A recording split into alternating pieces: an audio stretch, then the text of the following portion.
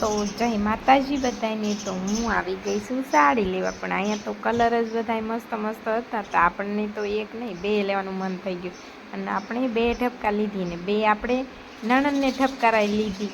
હું લઉં ને એ થોડા રહી જાય, અને તમને અહીંયા બધું મળી રહેશે લેડીઝ માટે અને લગ્ન પ્રસંગ માટે, સાબ માટે, તમને બધી હલકી ભારે રેન્જની બધી સાડી તમને અહીંયા મળી રહેશે. તો જરૂર મુલાકાત કરવી. ગામ સલડી ખાતે ઉમિયા સાડી સેન્ટર કવિતાબેનની ત્યાં મુલાકાત લેવી.